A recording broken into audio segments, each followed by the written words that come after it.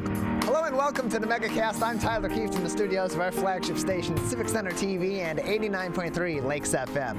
In addition today, as always, also joining us on Comcast Channel 15 and AT&T Channel 99 is Birmingham Area Municipal Access, serving Birmingham, Bloomfield, and Bloomfield Hills, among other areas.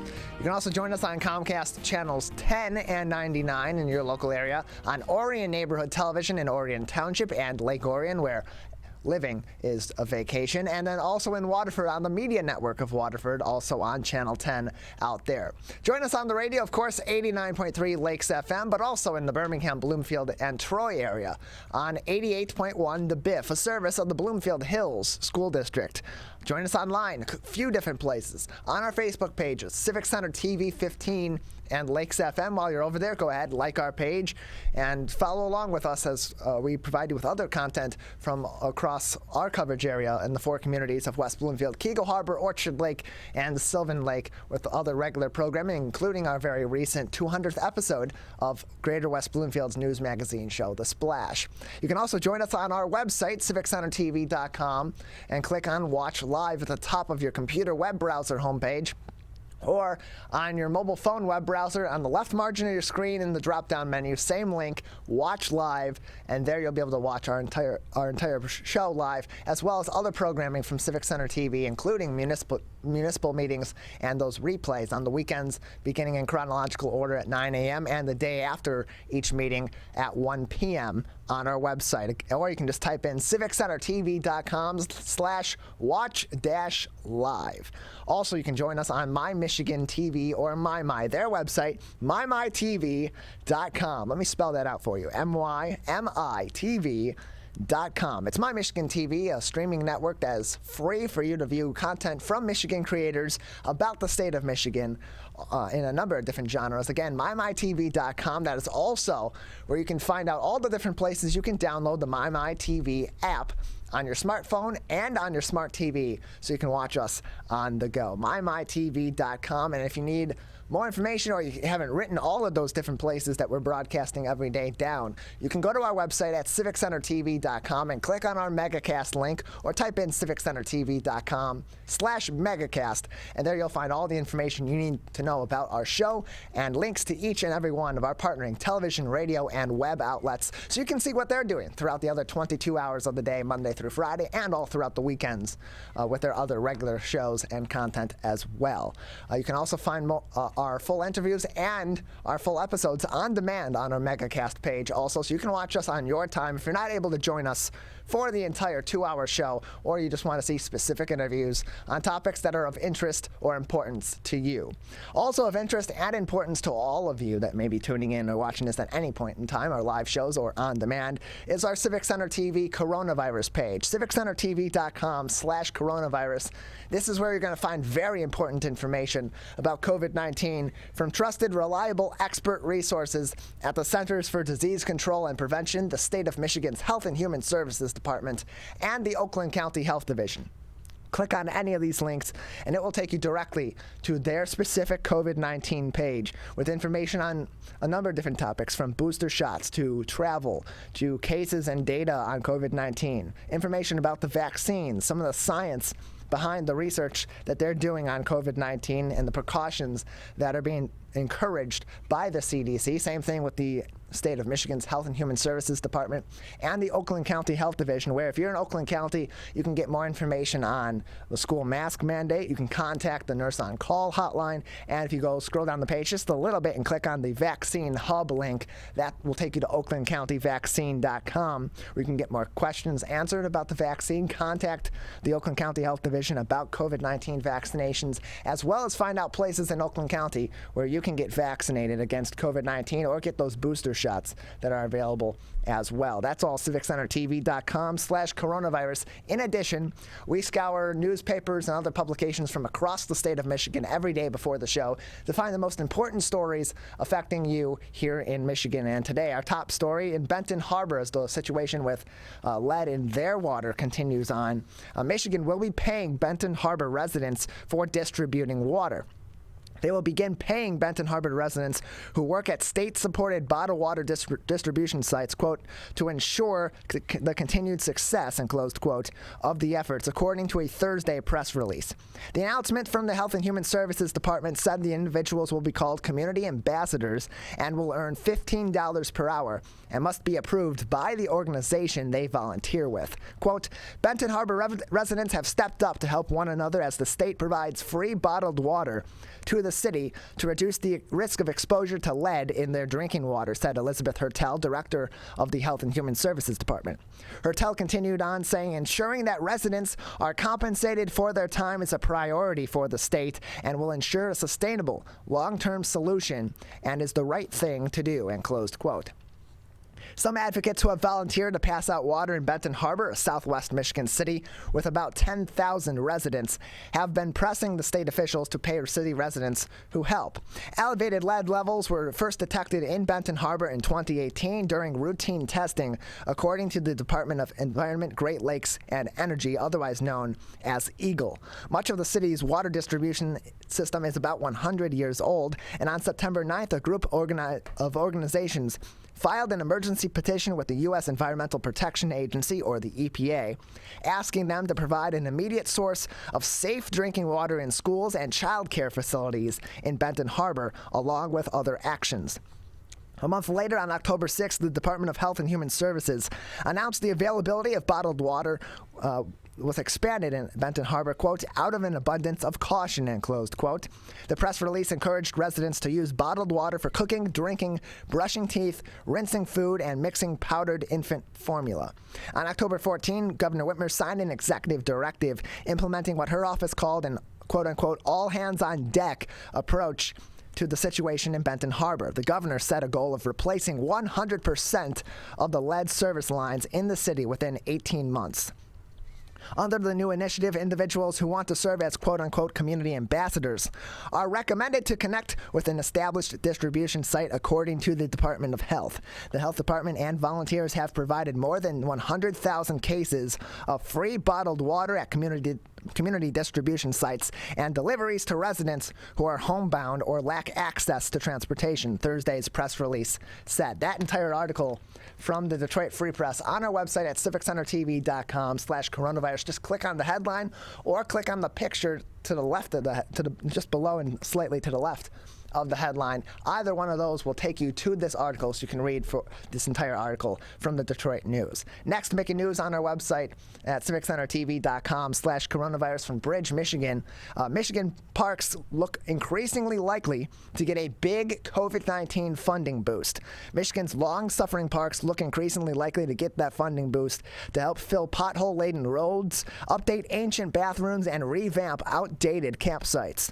Republican lawmakers this week introduced 3 bills taken together that would direct $968 million of the state's $5.8 billion in unspent COVID-19 stimulus dollars to state and local parks. 2 of the bills closely align with the parks funding plan Governor Whitmer announced earlier this year, a signal that the Democratic governor and Republican-led legislature are in general agreement about using some of the Michigan stimulus windfall to spiff up Michigan's popular but poorly maintained parks. Senate Bill 703, sponsored by Ed McBroom, a Republican from Vulcan, would allocate $250 million to drive down a $264 million maintenance backlog in Michigan state parks, and would devote $30 million apiece to the Mackinac State Historic Parks and a new, quote-unquote, Northern Michigan Tourism and Sports Fund, and closed quote. Senate Bill 704, sponsored by Michael McDonald, and a Republican from Macomb, would devote $150 million for grants to help local park systems make their own facilities upgrades. A third bill, sponsored by John Bernstead, a Republican from Newaygo, would use $508 million to fill the State Park Endowment Fund up to its $800 million cap. That would create new long-term funding for park systems which rely entirely on disbursements from the endowment to buy new land and cover expenses at the land it already owns. But it's unclear whether padding a trust fund is an allowable use of federal COVID stimulus dollars, which states are required to spend by the end of 2026. Clay Summers, executive director of the Michigan Parks and Recreation Association, which represents public park systems throughout the state, said his organization is seeking more clarity before deciding whether to support the third bill individually. Using COVID dollars to create permanent parks funding, quote, certainly makes all the sense in the world from a practical standpoint, said Summers. He continued on saying, but we're not sure of its legality at this point, and closed quote. If the endowment fund proposal passes legal muster, McBroom estimated that it could boost the park system's annual funding by tens of millions of dollars. It's going to allow us not to suffer this backlog on infrastructure in the future, he said. Spokespeople with the Whitmer administration said they, quote unquote, look forward to working with the legislature to get the money out the door. Quote, one of our state's greatest strengths is our pristine natural resources, Whitmer spokesperson Bobby Letty said in an email to Bridge. That's why Governor Whitmer and the legislature have put forward very similar proposals to make historic investments in our state and local parks, and closed quote. The spending proposals build upon recommendations from a 2012 State Parks and Outdoor Recreation Blue Ribbon panel convened under former Republican Governor Rick Snyder. The proposed funding would represent a major windfall for state park systems whose annual operating budget is just $80 million, along with $20 million for capital improvement projects. Taken together, State Parks Chief Ron Olson said the funding boost would be, quote, tremendous, and closed quote, for a system that, while beloved, has long struggled to maintain its assets. Following decades of worsening conditions at Michigan's 103 state parks, the state in 2010 created an $11 million annual recreation passport visitors can buy, an $11 annual recreation passport visitors can buy to gain year-round access to state parks. That infused the system with new operating cash, helping the system's budget to grow from about $48 million in fiscal year 2011 to $80 million this year. But the added passport revenue has not been enough to make a dent in the maintenance backlog that has ballooned over decades, leaving crumbling roads, outdated facilities, and unmaintained trails. Money to address those issues would come at a crucial moment, as Michigan's parks have never been more popular. At state parks alone, visitation is up 30% since the beginning of the pandemic. Ron Olson says, quote, it's a legacy builder. This is a way to create that up-to-date atmosphere so people can enjoy themselves in a clean, safe park, and closed quote. The bills have been referred to the Senate Appropriations Committee, where they await a hearing. And that full article from Bridge on our website, civiccentertv.com/coronavirus, including our final article today with some good news for those trick-or-treaters looking forward to Sunday. It looks like Mother Nature is going to have the last word on whether Halloween trick-or-treating is on Saturday or on Sunday. This from the Detroit Free Press. The forecast for Friday and most of Saturday, a steady downpour. Sunday, the skies should finally clear with some sun and highs around 60 degrees. Quote, the rain we're going to get today is going to be off and on, said National Weather Service meteorologist Steve Considine on Friday morning. He continued, quote, it's going to be primarily light, but with some bouts of moderate rain, and closed quote. Expect a total rainfall for the Detroit area of half an inch to 1 inch through Saturday. That's not enough for flooding, but plenty for puddles, even on Sunday. It's been an especially wet month. And talk about puddles this morning. Interesting interaction I had on the way into here as I'm driving down Pontiac Trail toward Maple Road, right around where the greenhouse is in Walled Lake. And there's this nice gentleman that's just walking down the street by the greenhouse, and there's a car in front of me that hits a puddle, and that puddle did splash this gentleman on the sidewalk there. I felt so bad for him. I tried to slow down so I didn't hit a secondary puddle. It didn't quite work out, and this guy just got blasted with water. So definitely very wet out there. Definitely lots of puddles. That's only going to continue, so be careful, especially on sidewalks that are really close to the road, because you're probably going to get splashed with some puddle water in that scenario. Continuing on, I digress, this article from the Detroit Free Press. Rain was a big problem for Detroit this summer. An investigation of summer flooding on behalf of Metro Detroit's regional water system concluded on Wednesday that in addition to the weather, electrical problems at a pump station on the city's east side played a large role in swamping basements. Northville girls' parents struggled with Halloween costumes. Sorry, that's a link to another article in this. On this page. My apologies. That should not be there. We'll edit that on our website. Considine said, with just a few days to go, the way things are going, some new monthly records may even be set. There's a good chance Detroit will tie with the second hottest average temperature for October in 1947 with 60.3 degrees. The hottest October day on record was 62.7 degrees in 1963, and October 14th, Detroit's high was 81 degrees. Depending on how much rain falls before the end of the month, October could end up being among the top 10 wettest on record. The average rainfall for the month is about 2.29 inches. So far, 4.15 inches of rain have fallen, with more to come. That should bring Metro Detroit closer to the wettest October, with 7.8 inches back in 1954. Quote, "It's been a wet month," said Considine. "This rain we're having here today is going to slowly depart on Saturday, and then we look at a dry day on Sunday, but the ground is certainly going to still be wet." So hopefully some better weather conditions on Sunday, maybe for Halloween trick-or-treating for families, maybe earlier than normal because it is going to be a school night, but it'll at least be a very nice day out there. And also, luckily, we're later on into the fall now, or about midway through, and so we're looking at a situation where the sun's going to be going down a little bit earlier, so you can get out a little bit earlier, and hopefully those dry, temperate conditions will be better for trick-or-treating. There are some Halloween precautions for the pandemic that are being recommended by the Centers for Disease Control and Prevention. They include, of course, getting vaccinated if you are eligible, avoiding crowded, poorly ventilated spaces, and if you can, in public areas, especially indoors, wear a mask. That full article from our friends at the Detroit Free Press on our website, civiccentertv.com/coronavirus, where you can also find helpful links from the Centers for Disease Control and Prevention, the Michigan Departments of Health and Human Services, and the Oakland County Health Division about COVID-19, so you can stay up to date with information from expert resources on the front lines of this pandemic.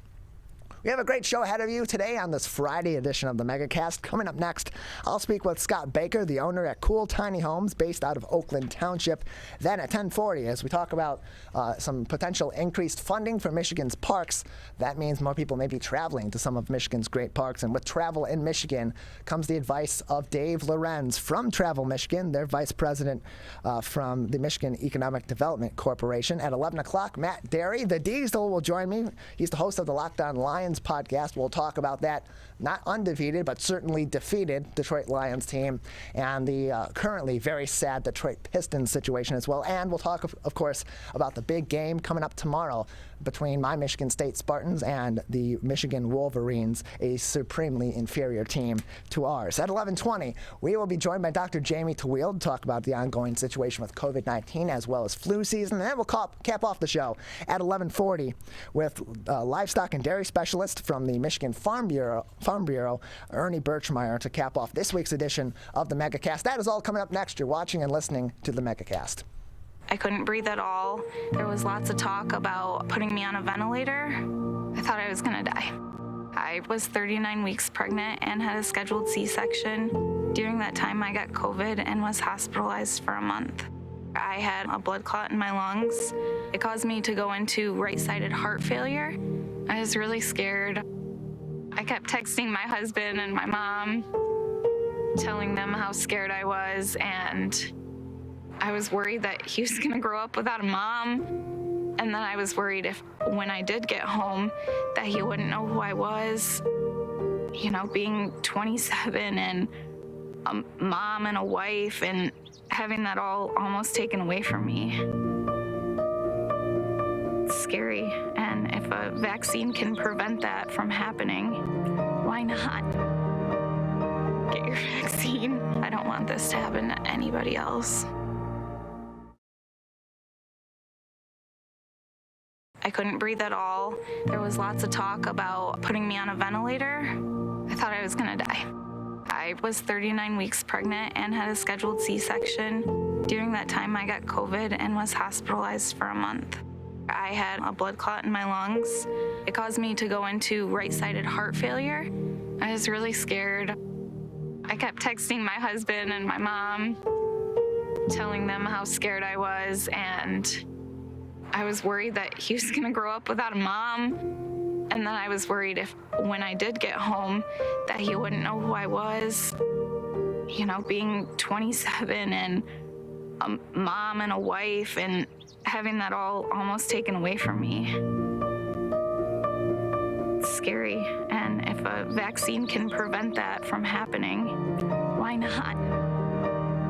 Get your vaccine. I don't want this to happen to anybody else. Motorcyclists are hard to see.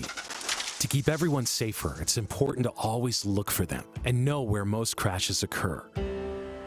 84% of motorcycle and vehicle crashes happen on streets, not highways. And most crashes with motorcyclists occur when vehicle drivers are turning left.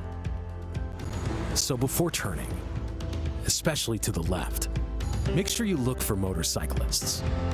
Then look again. It could save a life.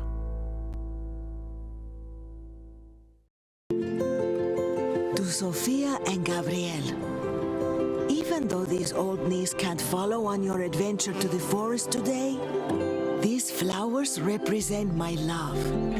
These stitches and threads join us together. And wherever you see a flower, a bird, a beautiful tree, know that my love is with you. Make the forest part of your story at a park near you. Find one at discovertheforest.org. Can I ask you a question? Why did you get your kids vaccinated? It was hard for them to social distance, to be isolated from their friends. I want them to get back to school and sports games. So as a pediatrician, I recommend the vaccine to everyone I know.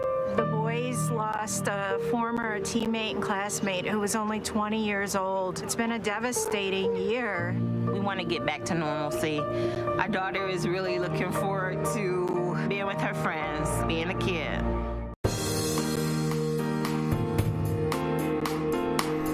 Welcome back to the Megacast. I'm Tyler Keefe alongside Calvin Brown, our studio producer and board operator over here in our studios in West Bloomfield Township, where we broadcast live from 10 a.m. to 12 noon, Monday through Friday on the Megacast. Find out all the places that we broadcast each and every day and where you can find us on demand as well by going to our website at civiccentertv.com and clicking on our coronavirus link.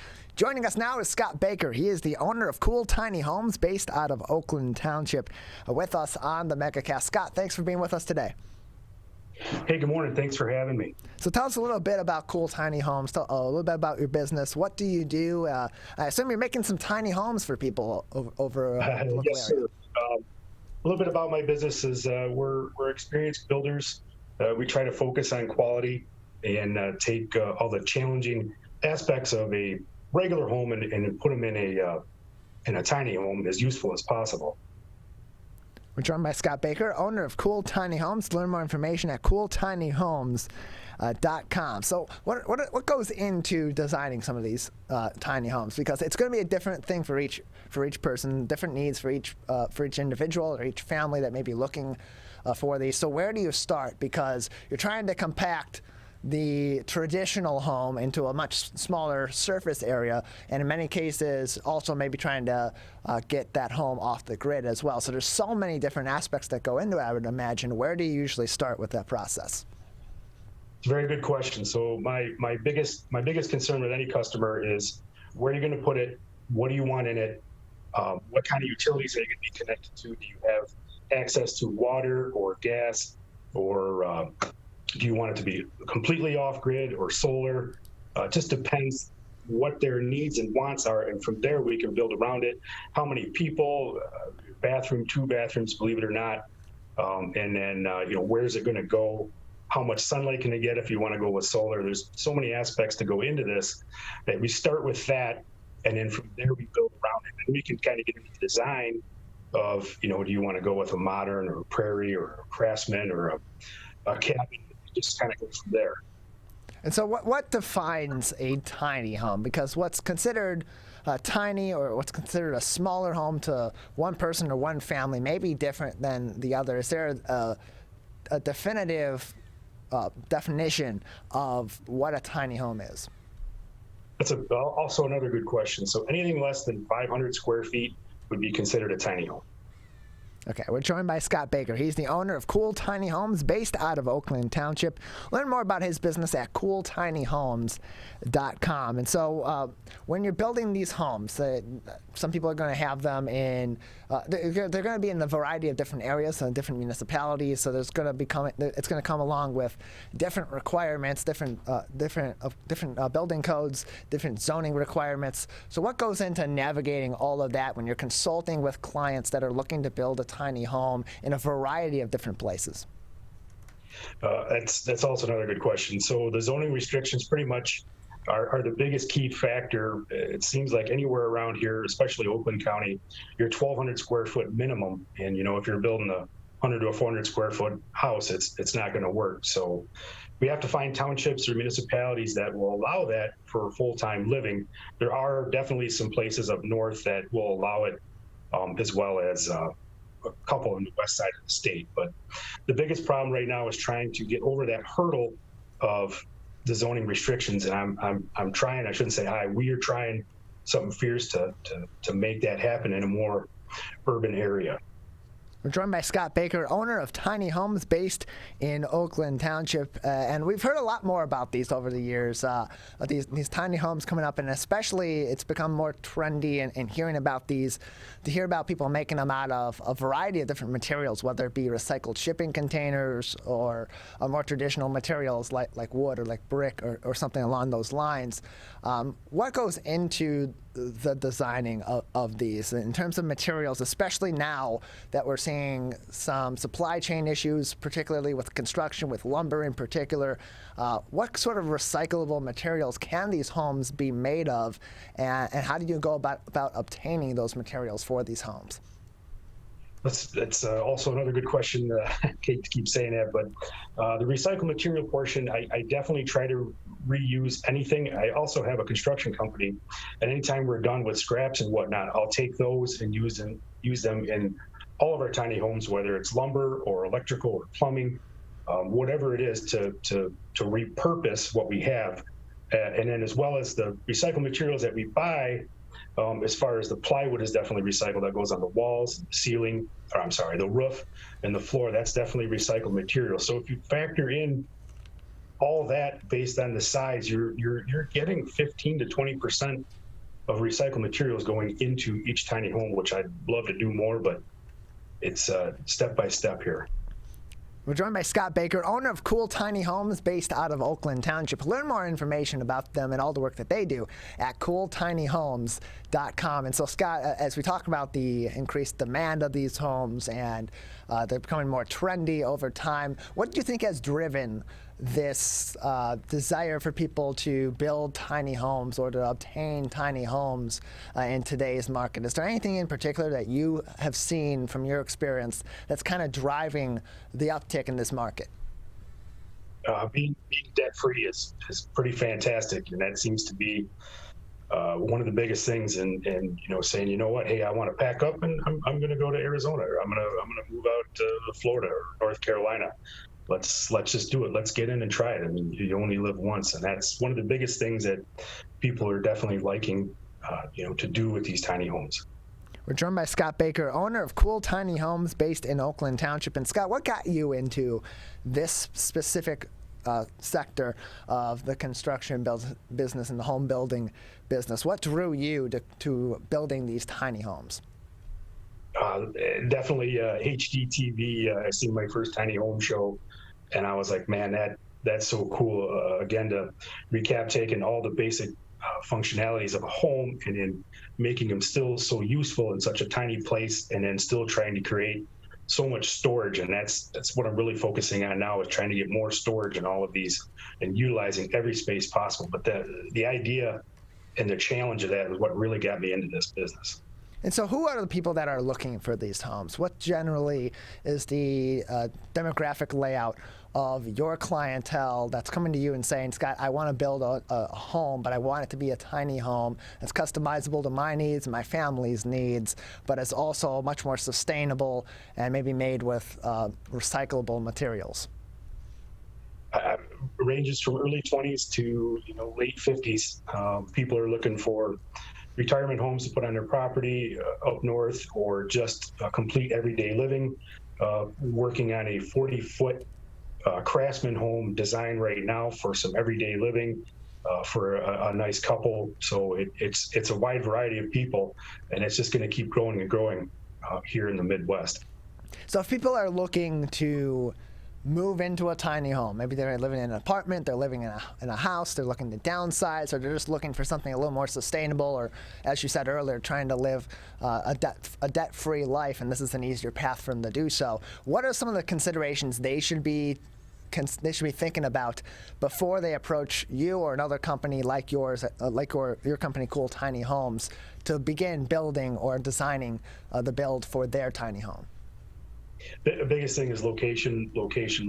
Where if it's going to be more of a permanent home, where do you want to put it? How far is it to work? Can you work from home?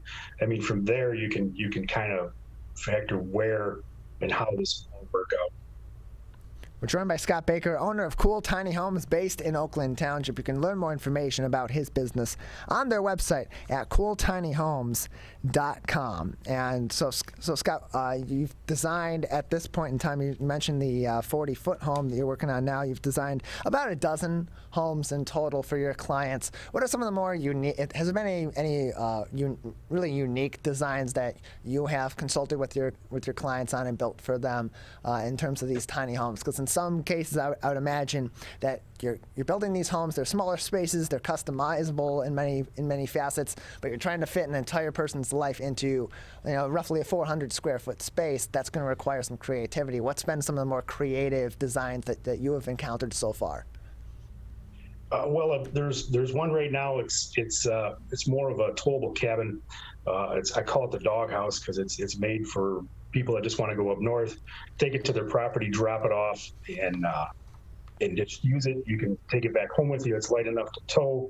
It's durable enough to leave on your property. It's fully self-sufficient, complete off-grid living in this home, which is kind of cool because you don't really have to worry about anything except for just bringing water to it. But that was one of my more fun challenges to build. It's fairly new. I just rolled out a few weeks ago. There is a 30-foot version that's going to be rolling out hopefully sometime next spring, next summer. But those are some of the fun ones that we definitely got to do. But as far as that 40-footer that we're going to be working on, the design of that's going to be pretty impressive, and that should be hopefully going up on the website here in the next few months for the design and the renderings. We're joined by Scott Baker. He's the owner of Cool Tiny Homes based in Oakland Township. You can learn more information on their website at cooltinyhomes.com. Scott, just another couple of minutes with you before we'll say goodbye today. Sure. Anything else that would be interesting for people to know about building and designing these tiny homes, or other important information that our audience should know at this time? I'd be definitely happy to talk about school bus and shipping containers. Sure. Any of that stuff, I would definitely be interested to chat and see what we can come up with and be very creative and unique designs. And I'm all about it. This is what I'm going to do for the rest of my life. So if you can dream it, I can definitely build it. That's for sure. Well, Scott, we appreciate it. Thanks for joining us and telling us more about this really interesting business that you have that's becoming so much more common. And it's good to know that we have some people here in the local area that if people are interested in downsizing, they're looking to live more sustainably, they're looking for a more affordable living option that's customizable to their situation, that they have someone that they can consult with in our local area. Thanks, Scott. Appreciate your time. Thank you. Again, you can learn more information about his business and get in contact with Scott if you're interested in building your own tiny home or looking into potentially building your own tiny home by visiting his website, cooltinyhomes.com. We're going to take a quick break. On the other side, we'll talk about travel. We'll be joined by a Michigan travel expert. He's the Vice President of Travel Michigan with the Michigan Economic Development Corporation. Dave Lorenz is back with us once again after this break. You're watching and listening to the Megacast. It's the Great Lakes water. And so what people do ends up in our waterways. Flushable wipes are just evil. They should be thrown away. They're impossible to destroy, and they can cause significant problems. One of the main things when you're cooking is to not dump fats, oils, and greases down your drains. They stick to the sides of pipes. They stick to everything they come in contact with. Don't put it down the sink. There's one water, and it's ours to protect.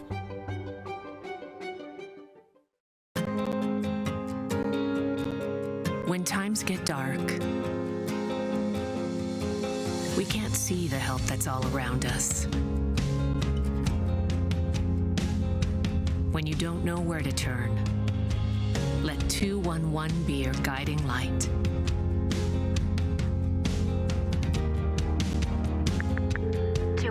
How can I help you?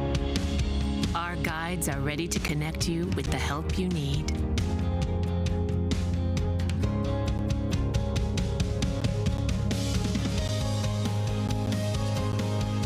For help with food, healthcare, mental health, and other resources, call 211 or visit 211.org. 211. Get connected, get help.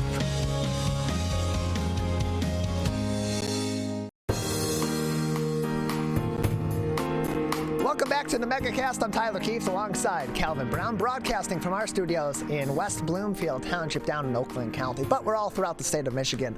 On our website at civiccentertv.com, as well as on My Michigan TV. Learn more information about all of our broadcast outlets each and every day and on demand and live to tape.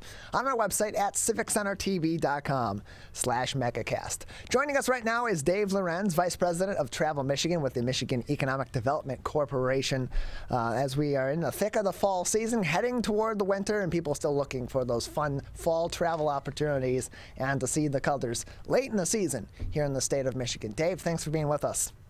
It's good to be with you. Thank you. I'm actually from the side of the expressway at a Speedway gas station, which reminds me that, we still have so many challenges to deal with in addition to COVID, including these supply chain issues and inflation. It's been on my mind knowing that this would happen for quite some time.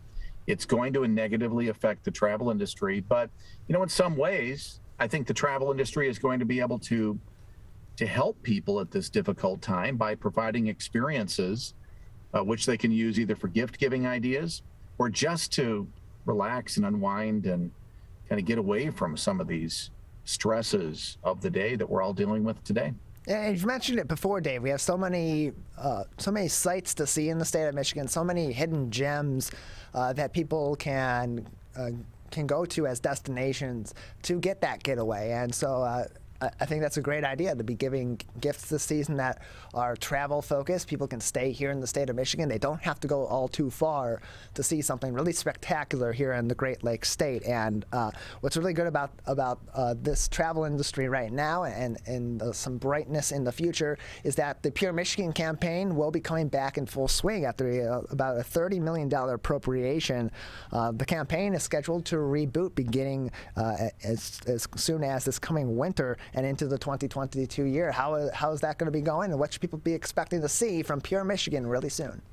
Yeah, in fact, I've just left a series of meetings that we've had this last couple of days in Detroit with our agency partners, MMGY Global, owned out of Detroit. Their base camp is in Kansas City, but we're really happy that they're setting up a new office in Detroit to build out their Detroit operation. To help us on the marketing end. And then Finn Partners, another Michigan business, is going to be helping us on the public relations and social media side. But the challenge with the way we fund the Pure Michigan effort is really along timing lines. The state budget starts October 1 of each year. And by this time of the year, by the time we know what our budget is, we are scrambling to put together a package which really helps generate travel in the winter months. So we're moving quickly on all the onboarding processes that you go through with new partners, in addition to preparing for a winter campaign, which we hope will inspire travel this winter at a really challenging time. And we're already looking toward the warm weather season. We're really happy to have a $30 million budget. I think it's an appropriate level of budget for this year, considering all the needs that the state has. Last year we had a $15 million budget, and the prior year we were without budget. And that was after having a $36 million prior to that budget. So we've had this real roller coaster of budget. And I'm not a guy who believes it's all about money, because it's not.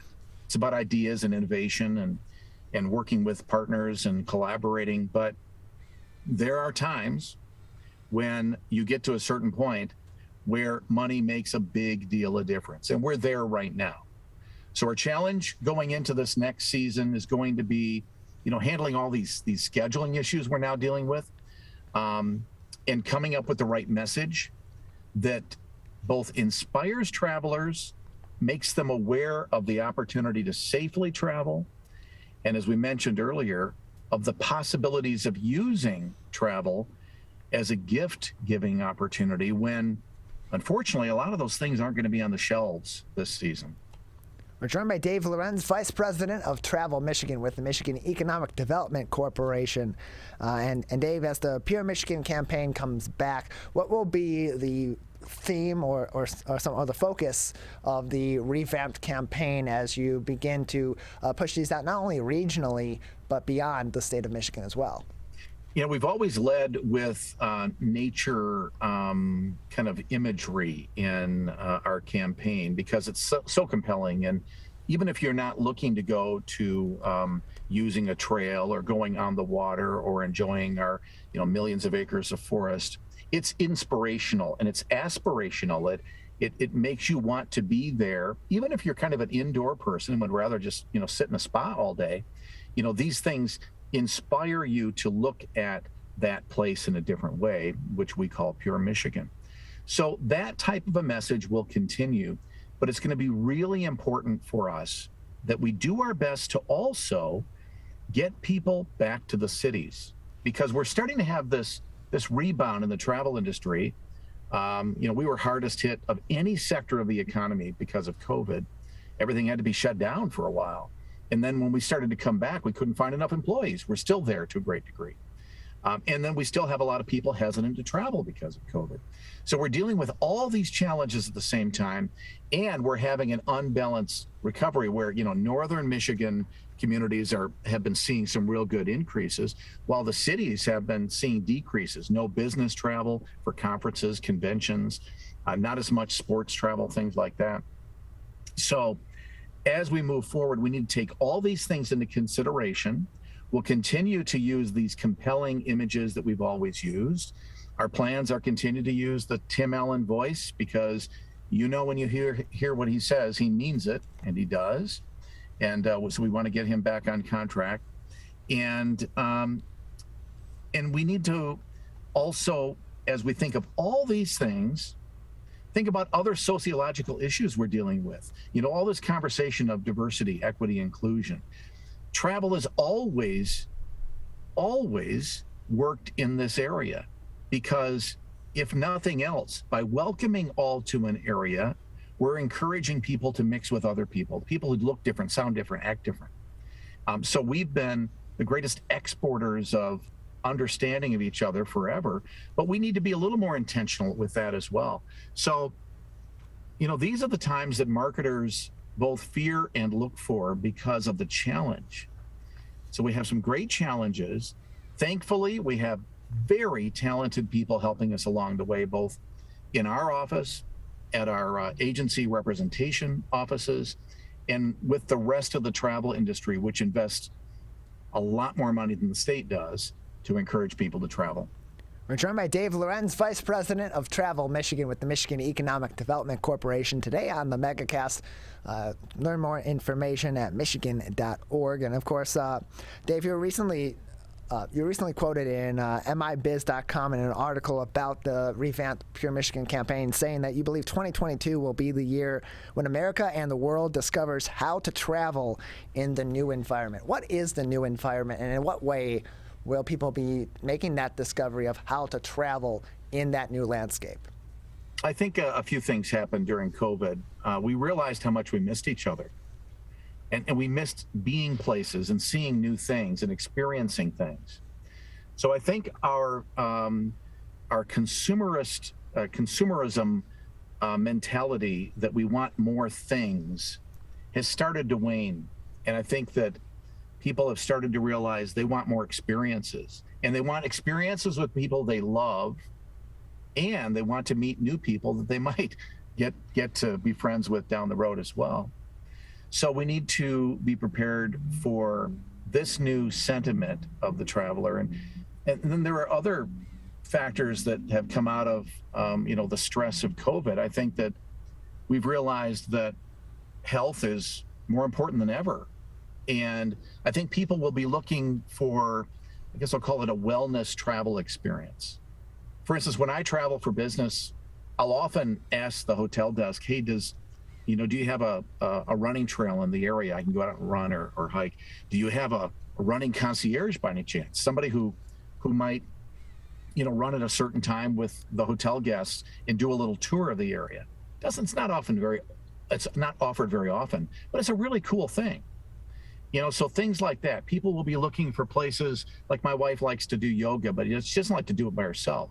So when we travel, she'll be looking for places, maybe at that hotel or in that community, where she can enjoy a group yoga opportunity. So this whole wellness travel experience, I think, is going to be really important. And I think kind of multi-generational travel will pick up again, where grandparents are traveling with their kids and their grandkids, or some combination of that. Because COVID reminded us that people are more important than things. It's a crazy thing we had to be reminded of, but we did. And I think we're going to be prepared, and I think we're well positioned to provide the experiences that people are going to be looking for. Yeah, especially with the wide variety of those different experiences that are available at places all throughout the state of Michigan. There's a little bit of everything to do and a variety of different seasons. The fact that we get all 4 seasons here in the state of Michigan and have individual unique opportunities with each of them, I think that only spells for an even brighter future of travel in our state. We're joined by Dave Lorenz. He's the Vice President of Travel Michigan with the Michigan Economic Development Corporation, joining us today on the Megacast. And so we're still in the thick of the fall season. Now the weather is starting to turn a little bit more toward seasonable weather for fall instead of more evident of late summer kind of weather as we've had for the longest part of this fall. With that being the case, and we're starting to see some of the leaves turn now later on in the season, how has that impacted the fall travel season here in Michigan, being that it's been the weather-wise a little more along the lines of summer, and some of those attractions, particularly the colors and the foliage, hasn't quite been there just yet? Yeah, we had a really weird summer, which then leads to kind of stressed trees. We either had no rain in places or we had a lot of rain. Both of those experiences stress trees. So with our many variety of deciduous trees that are out there, they have changed in an unusual pattern this year. So the far western UP early in the season, it was spectacular. I mean, I've been up there many times, but it was incredible. And now later in the season, typically we'd see some pretty vibrant colors still, kind of in the middle part of the state at this point for another week. But that's been accelerated a bit. So we're kind of in what I like to call acorn season, where you're going to see a lot of acorns dropping along with those leaves. But you can still see a little bit of color. In fact, I was surprised on 94 between Detroit and Lansing. I could see more color than I expected. So at this point, I really recommend people kind of stay kind of south of Lansing. I would even say kind of south of that 94 line. You might want to consider going east and west along what we call the Sauk Trail, that 12 corridor, the original major route between Detroit and Chicago. So really cool little towns too, as you look at the area, Coldwater and so many others, Marshall, and kind of goes on and on and on. So think about that this weekend and for the next week or so, but don't put it off. I think this will basically be the last week to really see some really good color, and kind of think about the middle of the state, the waterfront parts, like downriver and such, Monroe and whatever. I think we'll have maybe one more week beyond that, but not much more. We're joined by Dave Lorenz, Vice President of Travel Michigan with the Michigan Economic Development Corporation, today on the Megacast. And so as those fall colors are coming in late, you talk about the impact of the extended summer season on the fall travel industry. Are you expecting that the fall travel industry, or the fall travel traditions here in the state of Michigan, that season of travel will extend a little bit into the winter season, or will have a little bit more of a blend? And how may that be impacting some of these destinations that typically get the bulk of their business during a typical fall season? Yeah, this whole year has been a little wacky because, one of the things that happened during COVID is this virtual experience that we can have, virtual work, virtual school, virtual everything if we choose to. So that's provided a new opportunity for people to travel in kind of unique times for them. Used to be when kids are going back to school, basically that would stop a lot of the weekday traffic travel for people. Well, what we're seeing is a lot of adults now who are working from home are using this opportunity to do some, travel and then kind of work during the day virtually, be it a unique and fun place for evenings. Even some families are doing this and still doing some virtual schooling during the days as well. So I think that's extended the travel experience, and I think it's going to help us, especially in northern Michigan, for fall business this year. I think that'll happen in the winter as well. And then next year, I think we're going to see kind of a return to a more normal schedule. But I do hope that both the education community and families start to think about these opportunities that have come about with a new realization of how to do these virtual experiences. Maybe this will set up an opportunity for us to travel at different times, to use that travel experience as an educational opportunity as well. When my son was young, my wife's a now retired teacher, but everywhere we went was an educational opportunity. So now that we can kind of travel during the week as a family, working with the schools, I think it provides some real opportunities, and we're going to see that next year. We're joined by Dave Lorenz, Vice President of Travel Michigan with the Michigan Economic Development Corporation, today on the Megacast with us. And Dave, the colors in the state of Michigan still changing on the leaves. I had some family, my mom, my stepdad were recently up north to see the colors with some family, and we're starting to see things turn down here. Where can we get more information on some of those destinations across the state where people can still see the colors and they're in luck this late in the season? Yeah, we always say your trip begins at michigan.org. You've heard Tim Allen say that many times. And what we mean by that is you go to that website, we have a bunch of information. I think we still have the fall color information on the homepage. But if not, go to michigan.org, do a search, fall color. You'll see a map. That should be pretty accurate still. You can kind of adjust it by timing to see what the color seems to be. And then, for next year, make sure to sign up for the fall color e-newsletters that go out as well. And they are pretty detailed on where the best colors are going to be. People are discovering Michigan from all over the country as a fall destination now. So it'll mean in the future, as we come back from the negative impacts of COVID, there's going to be more competition for hotel rooms and such. So get those e-newsletters so you can be prepared to book your places in the future. And like we said, you still have a little bit of time to enjoy it here in the southern part of the state. And just for reference, on their website, michigan.org, you go about a third of the way down that page, and you'll see a link that says unique fall color tour spots. Click on that. You'll still be able to see some of those unique destinations. Dave, anything else that we should be keeping aware of at this moment in time for the travel industry in the state, or any exciting news that we should be keeping a lookout for in the near future? Yeah, well, next week when we meet with the Pure Michigan Governors Conference on Tourism in Detroit, I think there'll be some news that comes out of that. There are always, news that comes out about like our award winners. I love the fact that our partners, the Michigan Restaurant Lodging Association, they do what we call the stars of the industry. And we get to recognize people who aren't in the spotlight every day. I mean, people who are in the back rooms of hotels and restaurants and you name it. So, be looking for information about those winners. Makes me tear up every time I see them get the awards, by the way, because it's so emotional to see people being appreciated who aren't used to that in that way. So that's always one of my highlights. But we're also going to have some great speakers, and we'll have some news come out of that.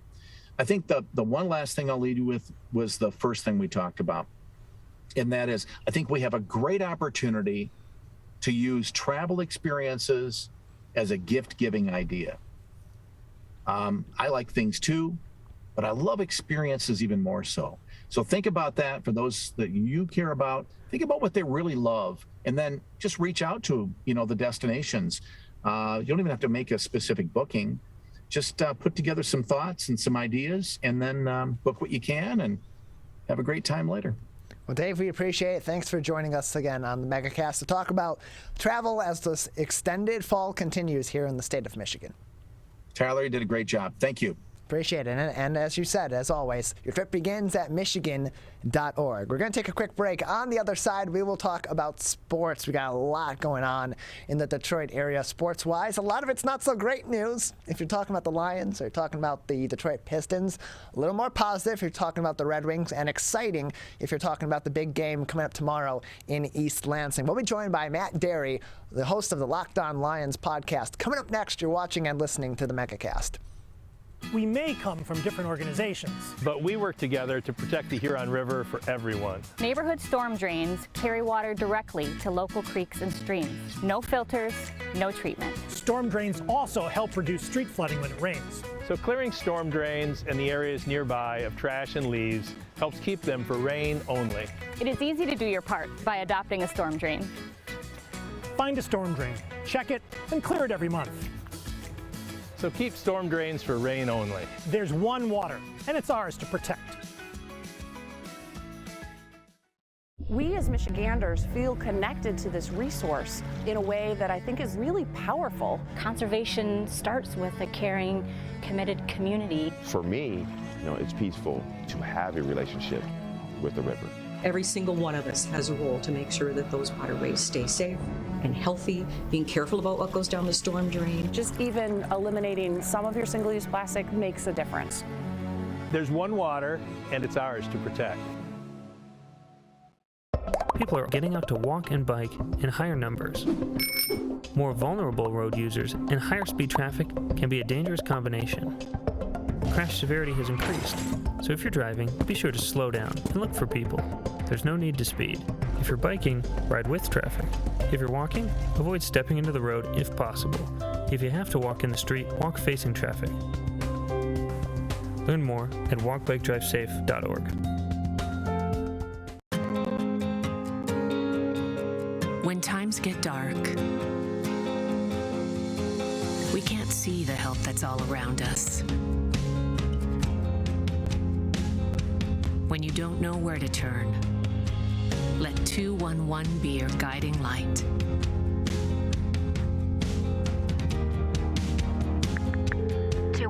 How can I help you? Our guides are ready to connect you with the help you need.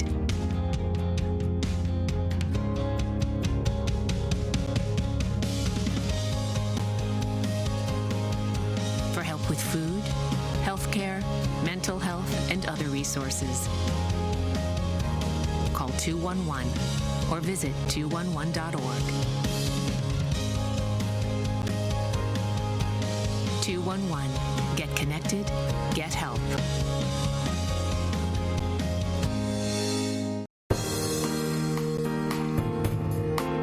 Welcome back to the Megacast. I'm Tyler Keefe alongside Calvin Brown, our studio producer and board operator, out of our studios in West Bloomfield Township, where we're broadcasting live on a number of different community television and radio outlets, including your radio homes for the Megacast, 89.3 WBLD Orchard Lake and 88.1 WBFH Bloomfield Hills. Find out all the places that we're broadcasting each and every day, and find us on demand on our website, civiccentertv.com/Megacast. Joining us now is Matt Dery and Woody Woodriffe. Matt Dery, the host of Locked On Lions podcast, and Woody Woodriffe, of course, from Fox 2 Detroit, as we're into the thick of things in 3 professional sports seasons. And, of course, we got a big game coming up tomorrow in East Lansing. Let's start with the Lions, gentlemen. They're 0-7 going into this weekend's game against the 2-5 Philadelphia Eagles. At times, a little bit of promise for the future with a with several question marks, but generally speaking, absolutely terrible football we've been seeing from the Detroit Lions. Where are they right now? Because at this point in time, 0-7, 10 games left in the season. If they don't get a win soon, is it almost destiny for this team to pick up 0 wins in this season? Let's start with you, Matt. First of all, Tyler, great to see you. Woody and I were talking off air about this week, and I think this is the week they do it. You look at all the stars aligning, the bye week coming up after this, the level of competition. Philadelphia is not very good. And the one thing that the Eagles defense does is they allow a lot of dink and dunk and short stuff, which is what the Lions offense is. So if the Lions offense go down the field and hit Swift and Williams out of the backfield and give Goff a little bit of time to throw, they have a chance this weekend. Dave Phipp is the Lions special teams coach, came from Philly. I'm sure he knows, and I know he's in the middle of a COVID protocol situation right now, but he knows the Eagles well and their personnel. So I don't think this is an 0-17 situation, fellas, even if they lose this week. But yes, it'd be nice to get this one, and this is a winnable game on Sunday for sure. I don't think it's 0-17 either, Matt, and I do agree with you. I think this is a winnable game on Sunday for the Lions, but a lot of things have to go the Lions' way in order for this to work out correctly. I mean, I agree that the short passing game and the run game would be big this week, but I'm also looking at whoever lines up at the slot as far as receiver goes. They could have a big day, and I'm hoping that it's Amon-Ra St. Brown because he's shown some flashes in that position.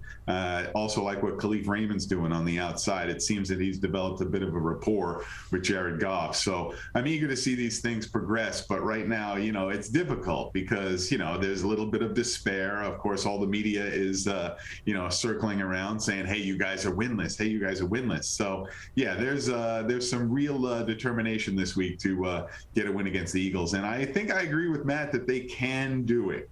This may be the week that we see, a happy Monday for this team. Yeah, I really think that the turning point for this team in terms of their overall performance this season, you're not expecting them to be a team that's getting several wins. Maybe a handful at best they can come out of this season with. That's really where I was looking at them preseason coming into the regular season. But I really think that the turning point's going to be after that first win, because you get all these losses, especially those heartbreaking losses at the end of the games on those game-winning field goals, those miracle field goals at the end of those games, including especially the one against the Minnesota Vikings. It's just gut punch after gut punch after gut punch. That first win is going to be huge for this team, especially as they continue to develop going forward into their future. They seem to be buying in with Dan Campbell. What are your thoughts so far on his performance on the coaching side through his first 7 games, despite those 7 losses? Let's start with you, Woody.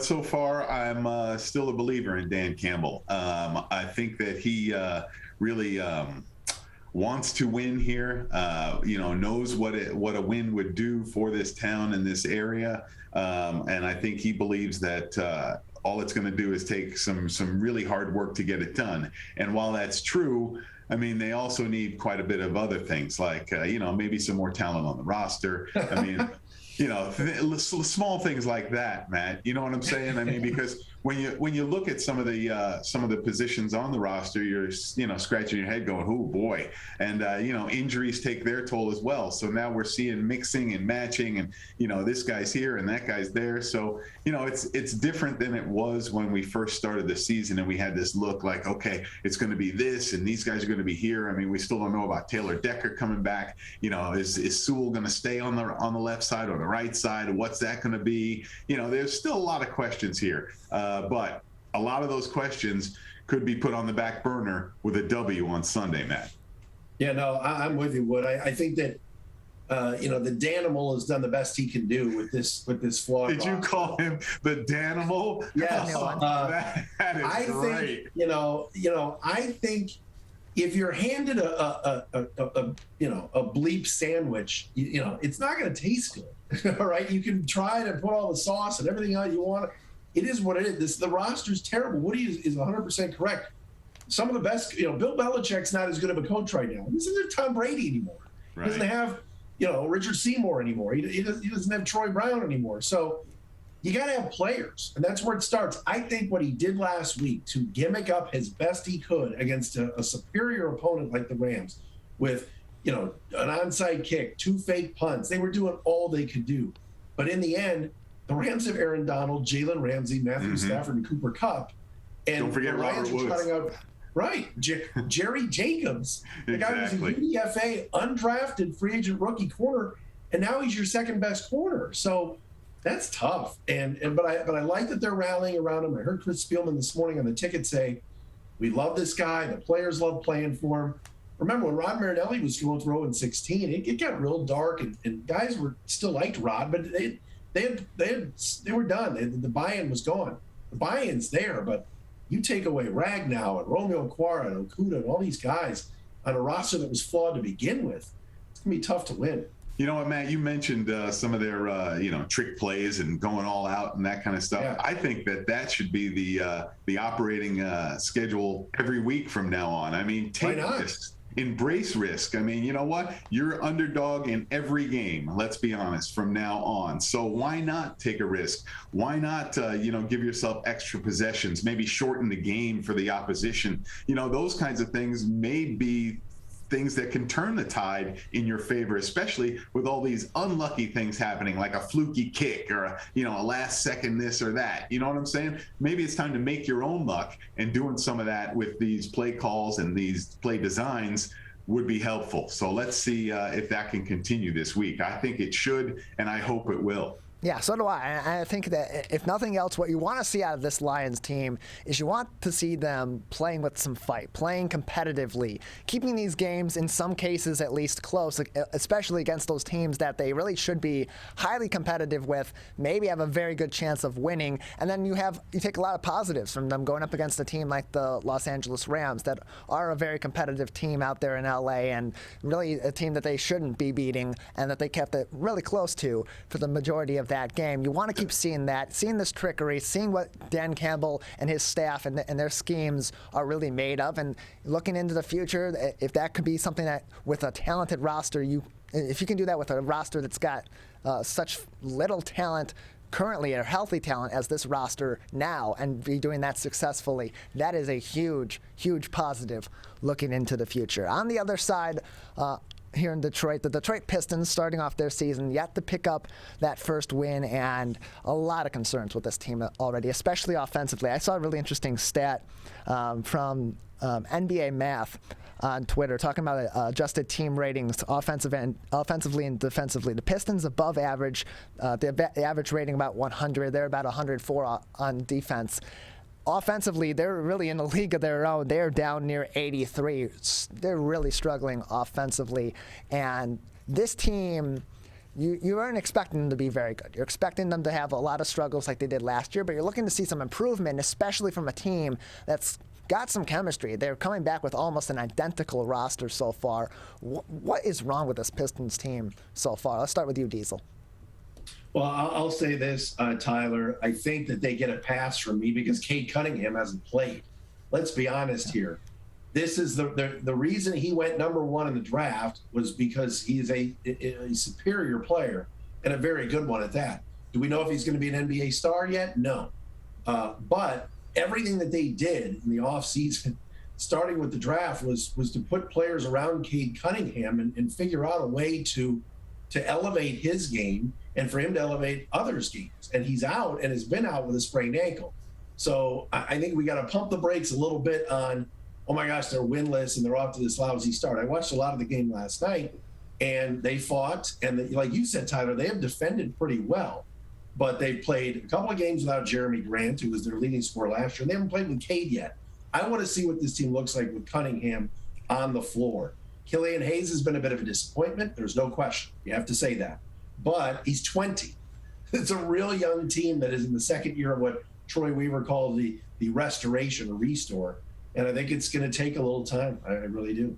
You know what, Matt, I think I agree with some of that. Other parts, specifically the scoring for this team. I mean, I've heard Coach Dwayne Casey talk about how he wants more scoring from every position. And, you know, okay, Cade's not here yet, but I'm still not seeing that level of, you know, accuracy or even, you know, desire to put up shots and really, you know, start the scoring, because I like what they did bringing in Olynyk. Okay, he's a, you know, 39% career three-point shooter guy, so that will bring the defense out because you're going to have to cover him. Isaiah Stewart down low, he's working hard, of course, but like you said, Matt, it's still young. I'm also going to give them a pass early for not having any wins at this point. I'm eager to see what Cade Cunningham could do, and I think the return for him might be coming up on Saturday against Orlando. So, you know, if we can, that would be fantastic to get him back in. And I also understand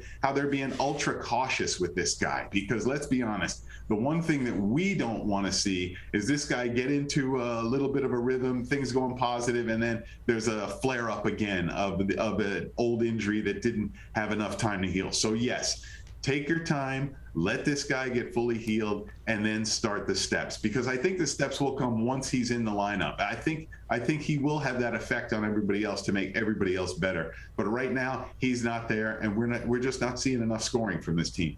Yeah, No, Cade, you're right. Yeah, Cade's going to be a huge factor for this team. He's #1 overall pick. He's the future of this franchise, and right. You know, you're not expecting to be a competitive team in the East. You're not expecting to be contending for a playoff spot. Certainly, if you are getting into the playoffs in the season or into a play-in situation as a 9th or 10th seed, you're not looking at a position where you're going to be contending. If you're rebuilding this team and you want this team to be really gelling around Cade Cunningham, having him healthy is huge. And it's a sprained ankle. It's not a major injury, but that is an injury that's easy to re-injure, and an injury that can easily be upgraded to something even more severe. And the last thing you want is another situation where you have a player get an injured ankle, like we saw the last time the Pistons had a big time prospect in Grant Hill here, end up getting flared up again and again and again, and it becomes something chronic. That's a completely different situation, but it has to be a fear. That is a fear, but that's going back quite a ways right there for that comparison. But still, you're right, Tyler. It is a fear because we have seen things happen here in Detroit before where it doesn't go our way, or if there's some fluky thing or whatever. You know what? I think that this team really wants to think about playoffs and really wants to be, you know, maybe around that 10th spot, or the, you know, somewhere where that play-in game is like the carrot on the stick for this team. So I would like to see this team maybe step it up a bit when Cade gets here, maybe get into some kind of flow, some kind of rhythm. You know, I'd like to see him and Jeremy Grant maybe work off of each other and see how that goes. You know, I want to see, you know, Killian Hayes be able to learn a little bit more. Matt, you're totally correct with him being only 20 years old.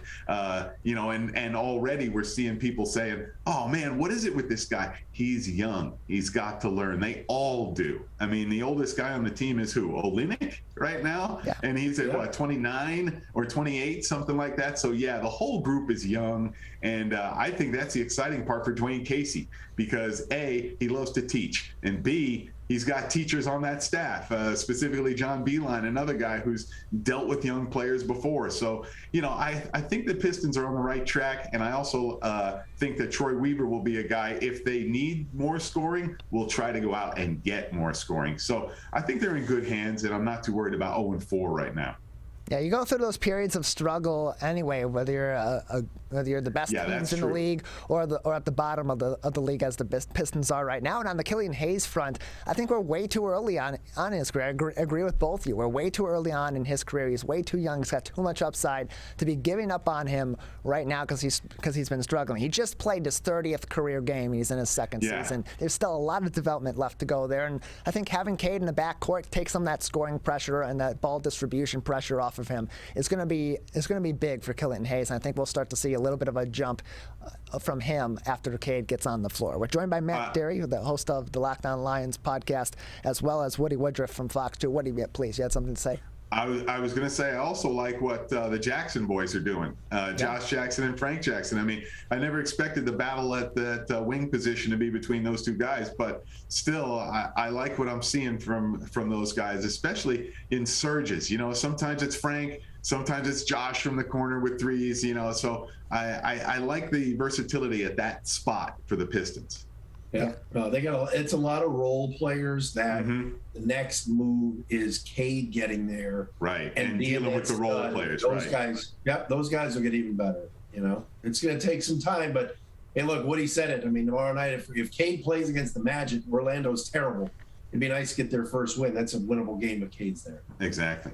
Yeah, this team's got a lot of returning players. They already have that chemistry established, but you got a different bona fide leader there in Cade Cunningham. He's going to be the guy that is running the show, especially offensively for the Detroit Pistons, and he's the future of this franchise. Having him out there is going to be big for the chemistry of this team going forward and for their identity in this season. So it'll be really interesting to see if he does play on Saturday, how their game shifts from where it's been so far this season and where they can go from there. Coming up also on Saturday, a very big game in East Lansing between two undefeated teams, the Michigan State Spartans and the University of Michigan Wolverines. That game at 12 noon on Fox. I'm going to get both of your predictions for that game. Let's start with you, Woody. Who do you think is coming out on top on Saturday?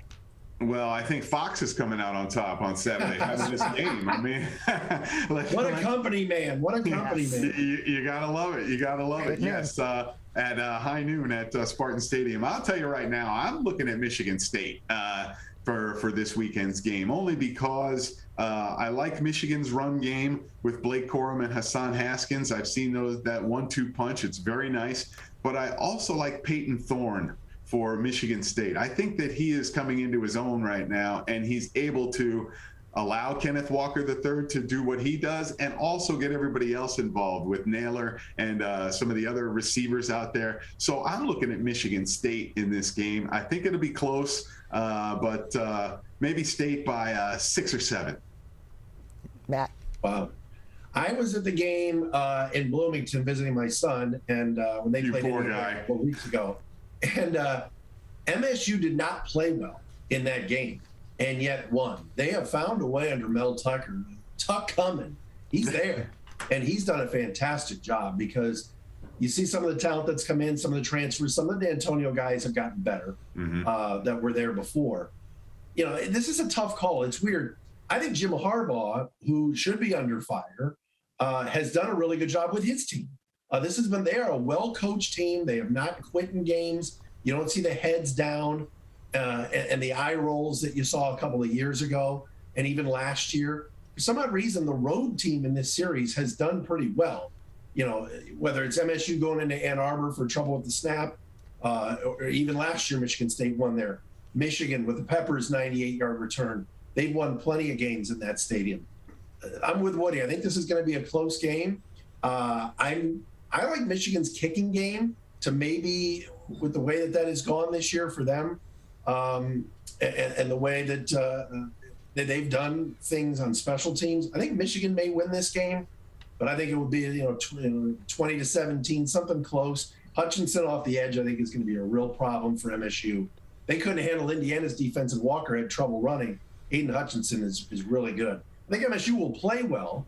I don't think this is, Michigan's back and, oh my gosh, the state's being turned maize and blue again. But I think U of M might squeak this one out. You know what, man? I'm going to say right now, don't sleep on Michigan State's defense either. Those guys, I think they come in under the radar right now, and I think that's a good place for them, only because, it's not flashy, but it is solid. And it's almost like a bend, don't break kind of thing, where we're seeing that, they're doing just enough. I mean, I even saw an interception run back for a touchdown for the first time since the Pinstripe Bowl. So, there are things happening with Michigan State that are very encouraging. And I think that Mel Tucker's the guy who can lay it all out on Saturday and you really get this done. I'm really excited to see what this game is all about because there's so much talk. And Tyler, it's funny. The Michigan fans and some of the slappies on Twitter, they want Mel Tucker to go to LSU. Oh, yeah. They're Bruce Feldman comes out with a report. Hey, look, why wouldn't Mel Tucker's name come up? Of course. I mean, when you're throwing stuff out there in October, Well, at an opening like that, of course his name's going to come up. Who's in the top 10? Who's a name? And let's be honest, Mel Tucker has been he's job jumped before as an assistant coach. Sure. But I don't think he's leaving East Lansing. I think eventually he'll go back. I think he could go to the NFL and be a coach, but I think he wants to see this through. And boy, he's come in and changed that thing around so fast. The fact that team is undefeated, like what he said, well, that's sort of a no-name defense, although, a guy like Panasuk in the middle is a pain in the ass, and some of these others, sorry about the language, but they've got good football players there, and they've done a good job. But I don't think Mel Tucker's going anywhere, and I think he wants this one too. I think they want to keep that Paul Bunyan Trophy in East Lansing, especially at home. Yeah, this is going to be a huge deal. Yeah, I think special teams is also going to play a big role tomorrow in tomorrow's game as well, especially given that the elements are going to be a factor. It's expected to rain really right up to game time, the last time I checked the forecast. So special teams is going to play a key role, and I agree with a lot of what you were saying. I think that this Michigan team, it looks different than it has in the past years. I think they're having a lot more fun this year. They're playing a lot more competitively. I think Jim Harbaugh has in some ways changed the parts of his approach to coaching and his approach to the schemes from before that have been more problematic for his team. And so Michigan's coming in really competitive. At the same time, I'm a filthy, disgusting homer, and I'm going to go with the Michigan State Spartans. I think that one thing that they've done really well is when it seems like they've been asleep at the wheel, they've made those adjustments. When things have gone wrong, they've found a way to come through those situations. And I think that's huge, especially in a dogfight like we're going to have on Saturday night. So I'm going with Michigan State at home. I think it's going to be a highly competitive game. I think it's going to be an absolute dogfight between these two teams that are really vying for position in their conference. But at the same time, despite them vying for position, either one of them is going to have to go through both Ohio State and Penn State to come out of this division. And so I think this is it's a race for second place more than anything in this end of the conference. I still think Ohio State, despite their earlier season struggles, they're still very much the king of the hill in the Big Ten. Yeah, they are the elephant in the room, Ohio State, and I agree with you totally that when you go up against the Buckeyes, it's a whole different deal. So, but that's down the road, right, Matt? But I'll say this: to say it's a race for second place is probably not inaccurate, but based on, and we all live here and we know it, the hype machine that is Michigan and some members of the Detroit media that still treat this operation in Ann Arbor like it's a gold mine and the greatest thing ever, they better win the league this year. Don't give me this, whoa, Ohio State's so good. They are good, and you guys are not wrong. But beat them. I mean, when was the last time Michigan won the Big Ten? I think Tyler was in. I can't remember. Let's go, guys. I can't remember exactly. If you're unbeaten now and we're getting into November and you win Saturday, go win the league. Get to Indy for once. Like oh, Ohio State's so good. They are. But go win. Yeah, you're supposed to be good too. You're supposed to be back. Michigan's supposed to be back. And for Harbaugh, if he's on the hot seat, if he's supposedly on the hot seat coming into a season like this, has an undefeated season going into playing Michigan State, wins on the road in East Lansing, continues an undefeated season, and the next big hurdle you're looking at is Ohio State, and then maybe even Penn State being a hurdle going through the rest of the season on your way to Indy. You got to come up and play those games, and you got to beat the teams ahead of you and make a competitive move. So I think the eyes are still going to be, even if Michigan's able to be victorious tomorrow in East Lansing, those eyes are still going to be on Harbaugh to make that big move and show Michigan's back. Yep. Exactly. I mean, if you're Michigan, you're supposed to win this game. That's what they think. I mean, they look at Michigan State still as, okay, they're a rival, but they're not our main rival. So, we'll just run through these guys. Those days are over. And I think that Michigan State is going to step up and, really cement the idea that, hey, we are here, we're not going anywhere, we're always going to be here. So you're gonna have to bring your A game when you play us. And here's the other part with this. We're talking about this game. If Michigan loses this game, okay, they've still got Penn State and Ohio State. I mean, the pressure will be so intense on these guys to win one of those or beat one of those rivals. Oh boy, Ann Arbor might be a tough place to even walk around if they if they can't get it done. This team has a different look to it than in the past, because Harbaugh, he's been fine in September and October. They've had unbeaten seasons going into big games like MSU, Penn State, Ohio State before. Wisconsin to an extent, and they've lost there. This team does have a different look. I mentioned Jake Moody in the kicking game before, which has been really solid. But now, you're right, put up or shut up. You've got, Dax Hill and Aiden Hutchinson on that one side, and that offensive line, how they've played. Take advantage of that. Beat your rivals this weekend and handle your business and get to the place that many Michigan fans believe they are, and that's elite. You haven't been for a long time. This team's good. Now, finish the job and win Saturday, and that would be a big-time maneuver for Harbaugh and his crew. I wouldn't be surprised if they won the way they played it. They look like they have a different look, fellas, than they've had the last few years. Yeah, big implications for both of these programs coming out of Saturday's games. Michigan State still in that kind of a rebuilding mode, but surprisingly, maybe not. Maybe they're back. And then for Michigan, can they finally complete the circle with Jim Harbaugh and be a contending team and a legitimate threat in the Big Ten that scares an Ohio State, that scares a Penn State, that can compete to get into the playoffs? A lot of those questions will begin to be answered after tomorrow's game at 12 noon on Fox between Michigan State and Michigan. Matt, Woody, thanks for being with us. Not a problem. Appreciate it. Guys. We're going to take a quick break. On the other side, we will be talking with Dr. Jamie Tawil, internal medicine specialist at Grand River Medical Associates, about COVID-19, about the booster shots, potential for children 5 to 11 to begin to be able to be vaccinated with the Pfizer vaccine, as well as the upcoming and ongoing flu season. That's coming up next. You're watching and listening to the Megacast. Parents do a lot of worrying.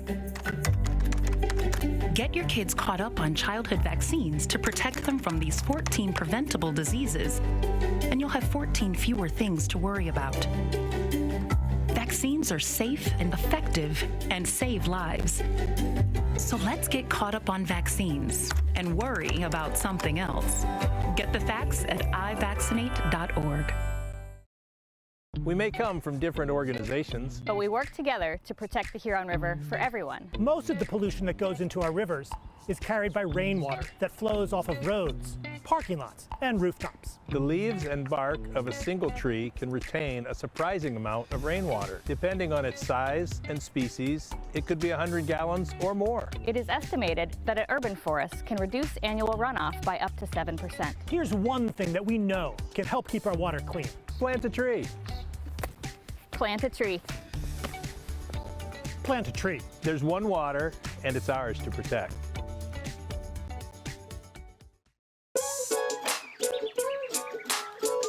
One of the things you can look for in your friends is a change in behavior. These can be big changes, they can be small changes in mood, physical appearance. They may be sleeping less or sleeping more, drinking more, or their eating patterns may be different. One big change that can be pretty obvious is change in motivation. Do they no longer want to play basketball? Do they no longer want to play video games?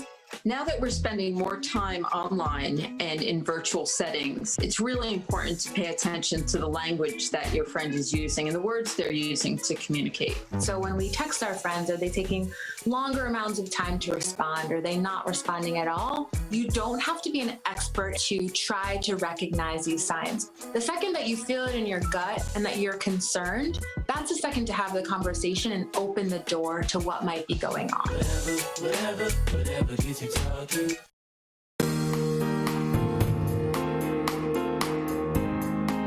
Joining us now is Dr. Jamie Tawil, an internal medicine specialist from Grand River Medical Associates, to talk to us about COVID-19, the upcoming flu season, and more. Dr. Tawil, thanks for being with us today.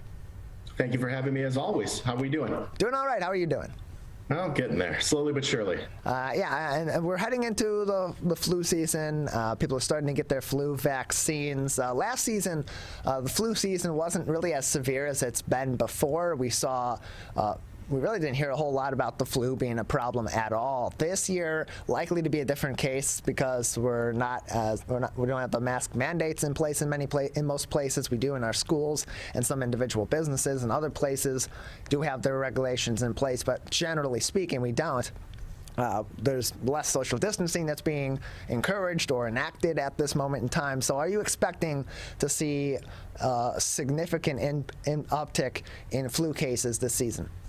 Yeah, actually I am. There's been, we've basically been in lockdown last year. And last year, anytime anyone had flu symptoms, they just got tested for COVID only because things were so spooky at the time. But this year, I think we're going to start expanding a little bit, start testing for flu as appropriate in addition to COVID. But also, yes, social distancing is no longer as stringent as it was last year. Masks are becoming relaxed and things to that effect. So I think and people have been a little bit more, because they've been locked up, are a little bit more susceptible to these things. So I think the flu virus is going to be a little bit more significant this year, certainly more so than last year, and quite potentially worse than it was in the previous years. We're joined by Dr. Jamie Tweel, internal medicine specialist at Grand River Medical Associates, with us on the Megacast. So as people are going and getting their flu vaccines, they're also still continuing to get their COVID-19 vaccines, some getting their booster shots. Are they able, we've heard in some cases that people are being encouraged. I know that in the case of someone in my family recently, they went to go get their flu shot, and they were encouraged to also get their booster shot at that time. What's your take on people getting vaccinated for COVID and for the flu at the same time? Is this a good option, or should people taper those a little bit, one from the other?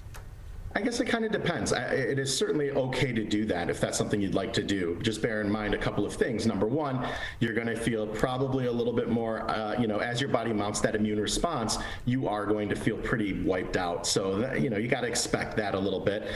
Some people would just rather have it all at once as opposed to staggering it and feeling miserable for periods of time. You should be feeling a little bit fatigued, achy over the next couple of days. So some people would rather just have that all at once as opposed to, again, staggering it. The other thing is if you do have any side effects, you want to make sure that it's kind of difficult to attribute which side effects go to which vaccine if you get them at the same time.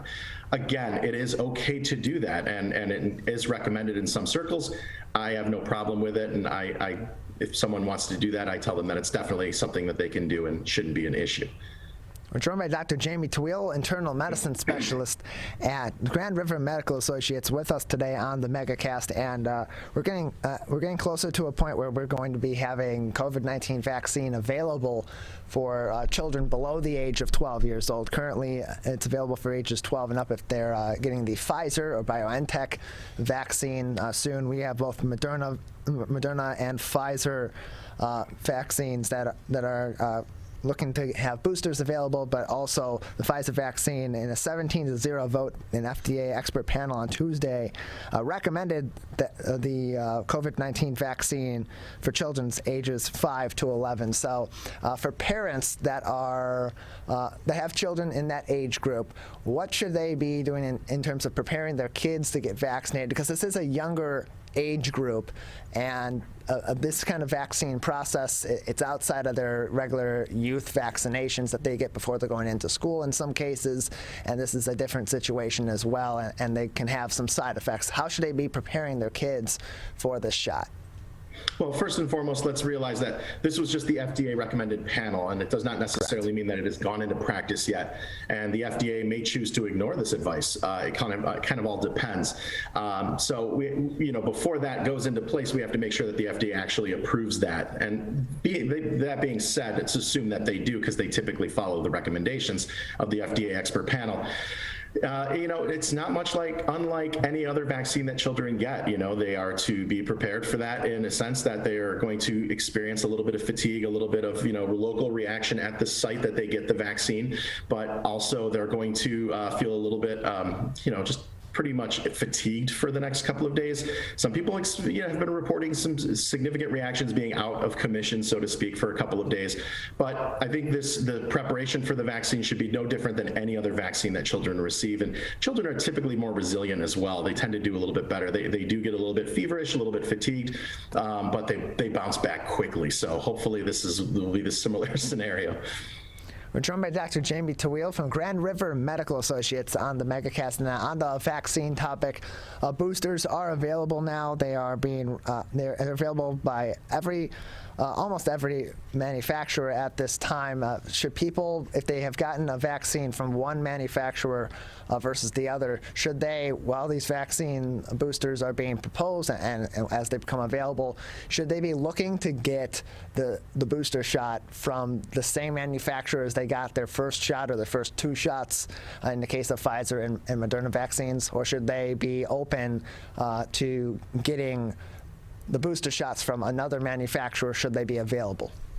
So the top health experts have recommended that it is okay to get vaccines from other manufacturers, and they feel that it might actually improve their ability to resist the COVID-19 virus. However, there's also if you look into it, it can be the same thing. I mean, you can get the same vaccine and it will definitely boost your immunity, but it is recommended or at least encouraged.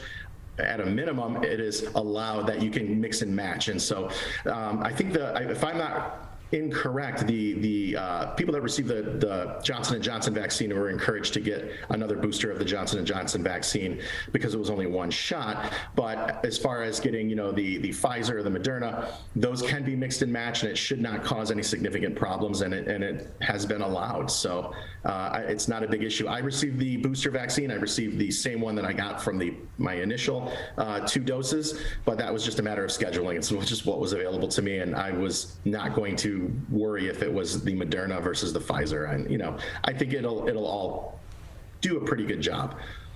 Going back to the flu season, but also still connected to the COVID-19 situation here in the state of Michigan, we're starting to see we've seen a reduction in overall cases in the last, overall average cases in the last update from the Michigan Department of Health and Human Services. Some experts are saying that we're looking at maybe a potential for a beginning of a dip in this current surge of COVID-19 with the Delta variant. Others very cautious and saying it's really a maybe at this point, not a definitive yes or no. On the flu front, flu season just coming in, what should we be doing right now in order to prevent sort of a twin-demic to come into play in this year? Which we heard a lot about that that buzzword last year going into flu season, didn't really come to bat. But this year, given the circumstances and what we've already discussed on flu, what should we be doing in order to prevent something like that from being a problem? I mean, ultimately, last year seemed to have proven that, masks, social distancing, all of those things have actually worked quite well. We had a pretty low incidence of the flu last year, and hopefully we can do that again this year. So I'm hoping that people will just continue to maintain their contact precautions. Masks are definitely not required, but certainly encouraged, specifically in bigger areas. I think that some of it's just going to be, unfortunately, unavoidable. As the world moves on, we're going to get those things, and people are going to get sick with other things. We're seeing an increase in RSV this year, which is pretty significant. We're seeing a lot of other things as well. So I think we're going to just have to try our best and hopefully do well and encourage both the flu vaccine and the COVID vaccine. They will help. So I'm definitely optimistic that those will improve our outcomes as well. In addition to just, again, I think the world's changed for the better. I think a lot of people are, even though they're not going to be wearing masks in public as aggressively as they were, I think we as a people have been changed to a degree where now social distancing and doing those things and hand washing and all of those things are really helping along. So I'm optimistic, but at the same time, some of it's just going to be unfortunately unavoidable, and we're going to do the best we can, and health professionals will be there for us. Dr. Jamie Tawil joins us from Grand River Medical Associates. He's an internal medicine specialist over there with us today on the Megacast. And Dr. Tawil, at this time, outside of COVID-19 and the flu front, are there any common issues or common concerns that we're seeing out in our community here or across the board medically that people should be on the outlook for, things that people should be more aware of going forward? Yeah, actually, a couple of things. First and foremost, COVID's still a big deal, and I'm seeing a big uptick lately. I've been seeing a lot of people just getting COVID. I do see a lot of people that have been vaccinated getting COVID, but they've been milder cases, thank the Lord. So I think that's a good thing. But also, one thing I'm also catching up on is a lot of preventative testing. A lot of the patients that I'm seeing in the office are patients that I haven't seen in over a year that just did not want to come into the office, or either doing telehealth, so they were unable to get their required preventative testing, mammograms, colonoscopies, diabetic checks, things like that need to just get get done. So I don't want that to slip by the wayside, because people are now starting to kind of come out of the woodworks. And here I am looking at their charts and going, oh, it's been over a year since you've been evaluated. We need to get our routine physicals. We need to make sure that we're not going to get, sidelined by some major health issue that could have been prevented. So I'm encouraging people to try their hardest to make sure that they're getting all of their preventative testing done, make sure that they're still continuing to do their things, check their blood pressure, check their diet, make sure they're not diabetic, check their cholesterol, liver, kidneys, all the fun stuff. And that kind of keeps people ticking. And I think that they should continue to do that. Dr. Twill, we appreciate it. Thanks for joining us today. As always, thank you so much for having me. One of the things you can look for in your friends is a change in behavior. These can be big changes, they can be small changes in mood, physical appearance. They may be sleeping less or sleeping more, drinking more, or their eating patterns may be different. One big change that can be pretty obvious is change in motivation. Do they no longer want to play basketball? Do they no longer want to play video games? Now that we're spending more time online and in virtual settings, it's really important to pay attention to the language that your friend is using and the words they're using to communicate. So when we text our friends, are they taking longer amounts of time to respond? Are they not responding at all? You don't have to be an expert to try to recognize these signs. The second that you feel it in your gut and that you're concerned, that's the second to have the conversation and open the door to what might be going on. Whatever gets you talking. Today, it is easier than ever to join Michigan's Organ Donor Registry and help build a bridge of hope for organ, tissue, and eye donation. Just one person can potentially save or help improve the lives of up to 75 people. By joining, your legacy could be the gift of life. Sign up today at michigan.gov/SOS or at any of the more than 145 Secretary of State self-service stations located across Michigan. Be part of Michigan's Bridge of Hope by adding your name to the Organ Donor Registry. Welcome back to the Megacast. I'm Tyler Keefe in our studios here in West Bloomfield Township, where we broadcast live from 10 a.m. to 12 noon, Monday through Friday on the Megacast. Learn more about our show, as well as everywhere that we're broadcasting in Oakland County and across the state of Michigan, by going to our website at civiccentertv.com and clicking on our Megacast link. There you'll also be able to find our full episode and each and every interview if you're just tuning in or you tune into one of our interviews late at the midpoint of that page by clicking on Watch Full Episodes or Watch Full Interviews. We're joined now by Ernie Birchmeier. He's the livestock and dairy specialist at the Michigan Farm Bureau, talking about the continued impact of the COVID-19 pandemic and more on Michigan's farming industry. Ernie, thanks for being with us again.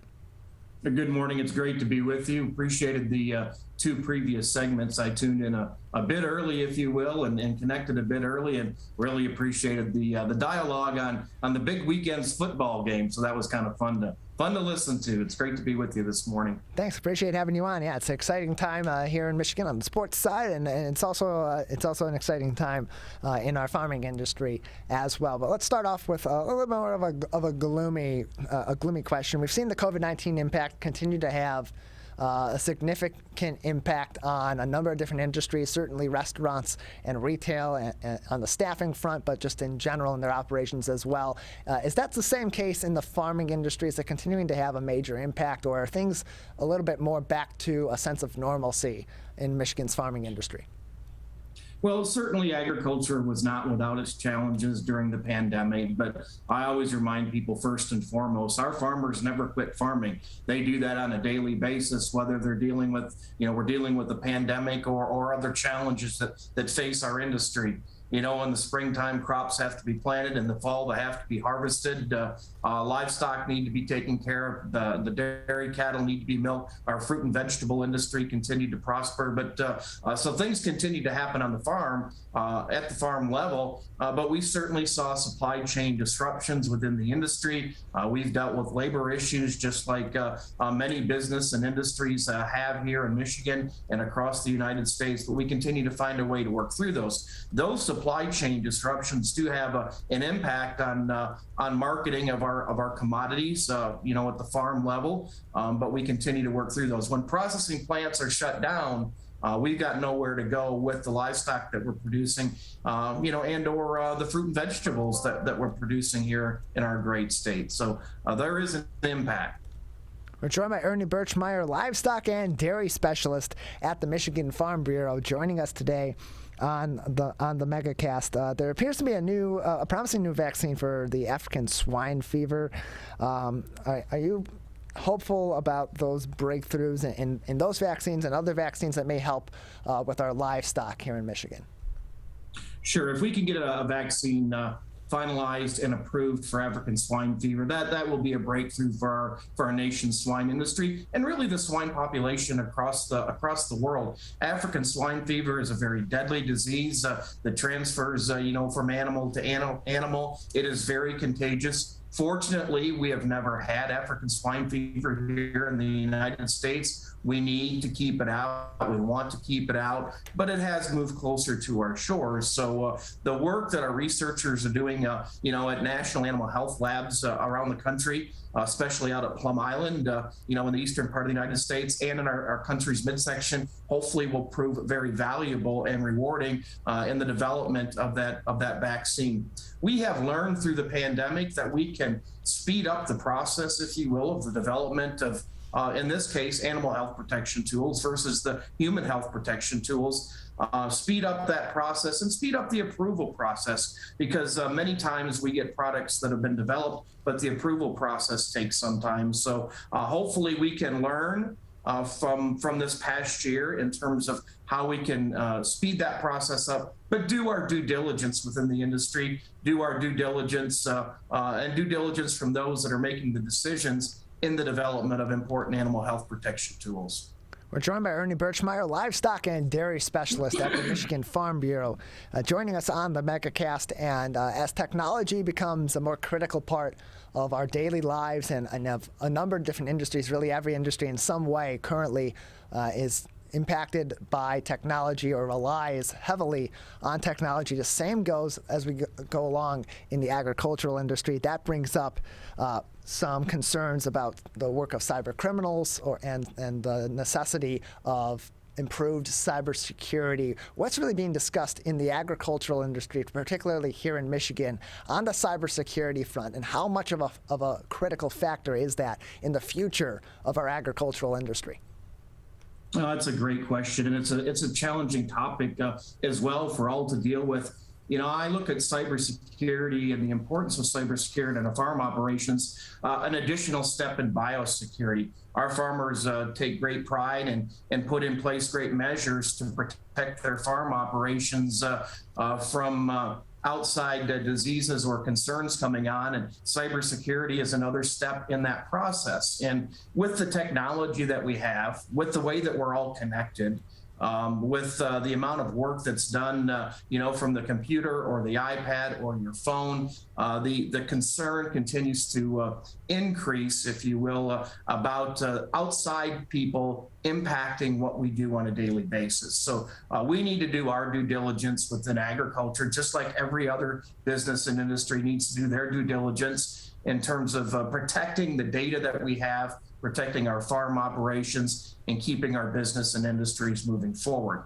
We've recently seen cybersecurity attacks in the meatpacking industry and other segments of agriculture. When those happen, there is an immediate impact on a farm at the farm level. If livestock are scheduled to be sent to a processing plant on a particular day and that plant comes under attack, those livestock have to stay on the farm operation longer. It costs farmers more money to feed them every day when they could have been sent for harvest or processing, and the system backs up. We've built and developed a just-in-time food system in this country. It's how we've been operating for quite some time. And when that just-in-time food system gets backed up, there are economic consequences that come into play. We're joined by Ernie Birchmeier. He is the livestock and dairy specialist at the Michigan Farm Bureau, joining us on the Megacast. So for these cyber criminals, and it's going to be different case to case, but in the agricultural industry, what are some of the areas right now, or the technologies right now in your industry that are more commonly being targeted, or that the agricultural industry in the state of Michigan and the U.S. across the world are seeing more commonly being targeted by these criminals right now?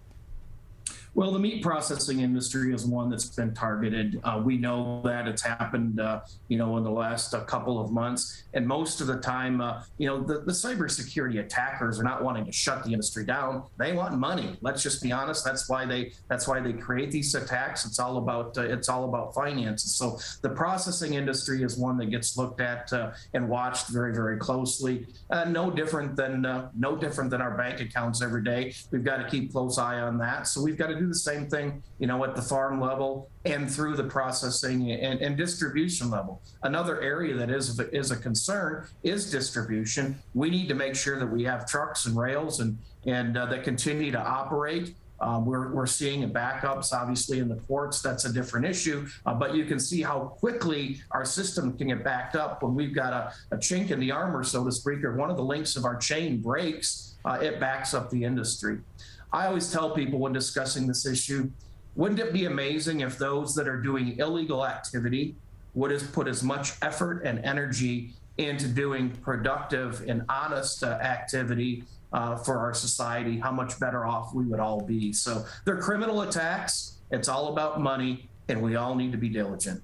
Yeah, and everybody does. So whether it's in the agricultural industry or another industry or just individuals, these cyber attacks are going to become more common. These cyber criminals attacking with ransomware especially, but other forms of cybersecurity threats are only going to become more common over time as we start to rely more on technology and interconnection of industries and of people through the web. We're joined by Ernie Birchmeier. He is the livestock and dairy specialist at the Michigan Farm Bureau, joining us on the Megacast. And you talked a little bit about distribution and some of the other issues that are affecting that end of our agricultural business. The first thing that comes to mind would be staffing, and especially for those truck drivers that are distributing the livestock and they're distributing those processed meats and the other crops across the state and across the U.S. After they've been processed and getting them to the clients. That's been an issue across the board for a number of different industries in the food industry and the retail food industry. But has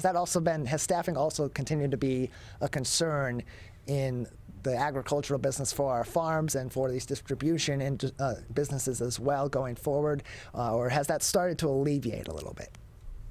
Sure. Well, labor issues are pretty common in agriculture. Our farm operations are constantly seeking labor. We've had labor shortages, especially in harvesting of our fruit and vegetable industry and processing of our fruit and vegetable industry. So we continue to deal with that issue. We need an abundant legal workforce in this country to help with the production and processing of our food industry. Food is one thing that impacts every person in this country 3 or 4 times a day, depending on how many times you decide to consume something every day. And it has to be grown, it has to be harvested, it has to be processed, and it has to be distributed. So we need a reliable workforce in our industry. We continue to work on that from a Farm Bureau standpoint.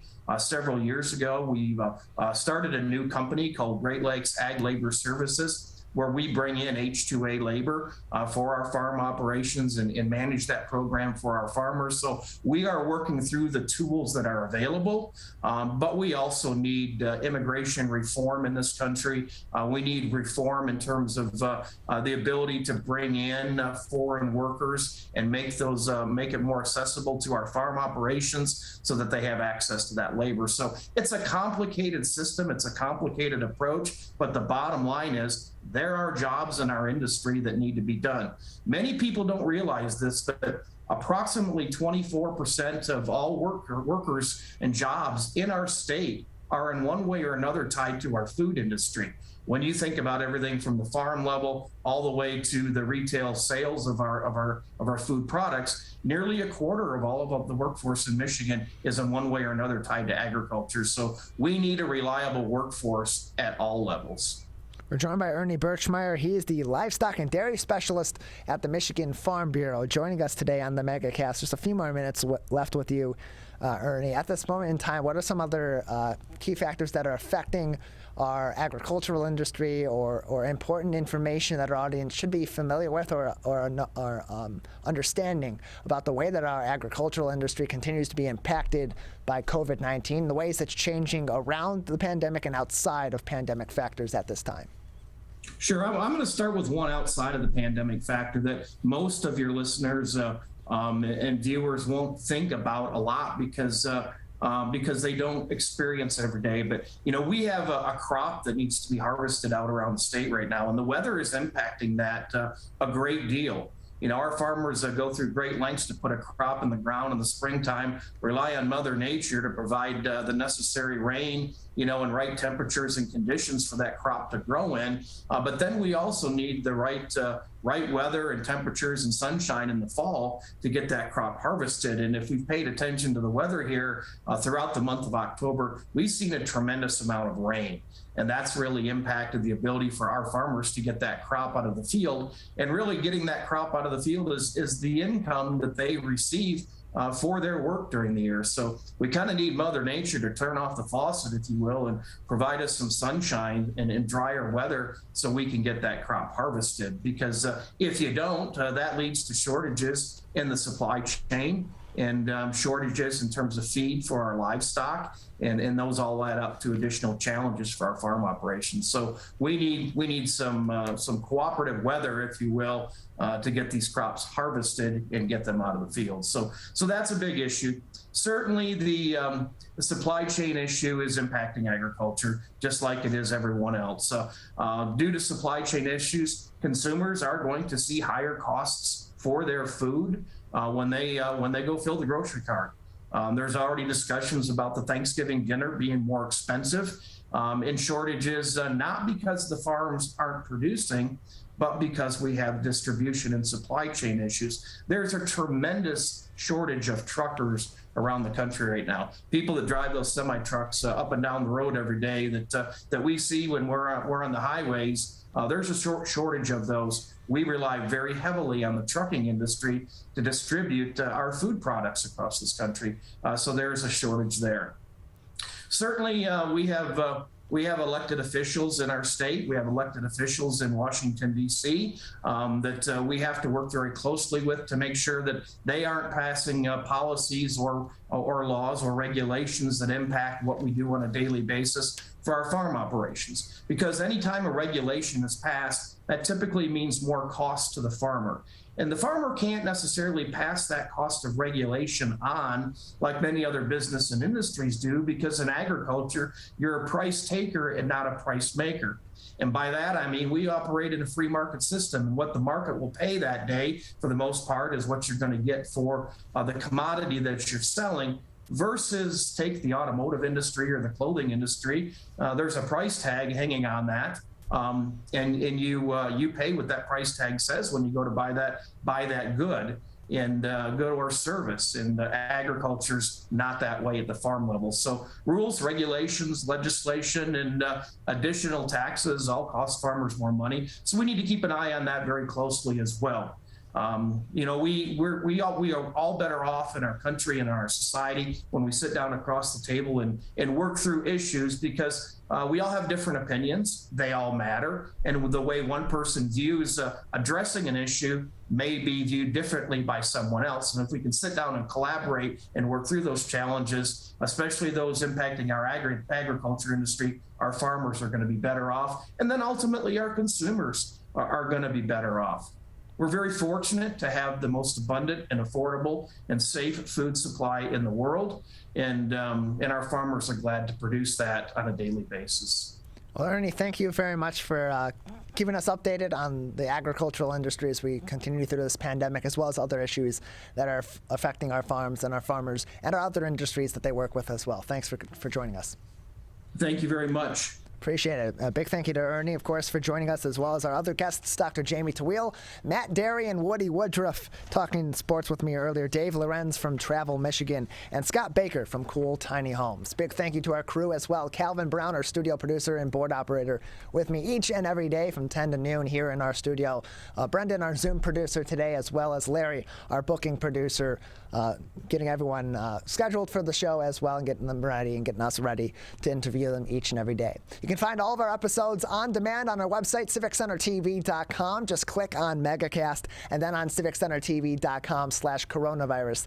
That's where you're going to find all that important information about COVID-19 as we continue through this pandemic from the CDC, the MDHHS, and the Oakland County Health Division. That is going to do it for our shows this week. We'll be back on Monday with new episodes. Coming up on Civic Center TV, it is the 200th episode of The Splash with Maddie Mushkin. On My Michigan TV, it's Steve Lato Live. We will see you on Monday at 10 a.m.